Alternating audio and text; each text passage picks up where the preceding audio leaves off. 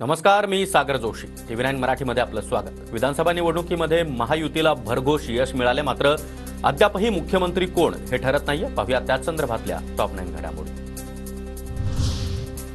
मुख्यमंत्री भाजपचाच होईल याबाबत शंका नाही. कुणाला मुख्यमंत्री करायचं हा त्यांचा प्रश्न. मुख्यमंत्री पदाबाबत संजय राऊतांची प्रतिक्रिया. तर राज्यामध्ये भाजपला पाशवी बहुमत मिळालंय, संजय राऊतांची टीका. केवळ मुख्यमंत्री आणि उपमुख्यमंत्री शपथ घेत नाहीत. मंत्रिपद, पालकमंत्री कोण असेल याचं सूत्र देखील तयार करावं लागतं. सगळं ठरल्यानंतरच सरकार बनेल. मुख्यमंत्री पदावरील प्रश्नावर चंद्रशेखर बावनकुळेंचं उत्तर.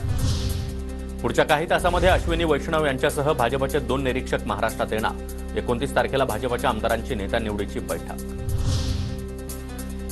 मुख्यमंत्रीपदासाठी देवेंद्र फडणवीस यांच्या नावावर दिल्लीत शिक्कामोर्तब. गृहमंत्रालय देखील फडणवीसांकडेच राहणार, सूत्रांची माहिती. एकनाथ शिंदे यांच्याकडे नगरविकास खातं कायम, तर अजित पवार यांच्याकडे पुन्हा एकदा अर्थ मंत्रालयाची जबाबदारी, सूत्रांची माहिती.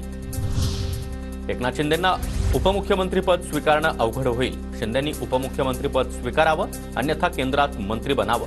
रामदास आठवलेंचा एकनाथ शिंदे यांना सल्ला. आठवले यांच्याकडून MLC आणि मंत्रिपदाची मागणी. एकनाथ शिंदेंना मुख्यमंत्रीपदाबाबत कोणताही शब्द दिला नव्हता, रावसाहेब दानवे यांचं वक्तव्य. मुख्यमंत्रीपदाचा निर्णय पक्षश्रेष्ठीच घेतील, दानवे यांच्याकडून स्पष्ट.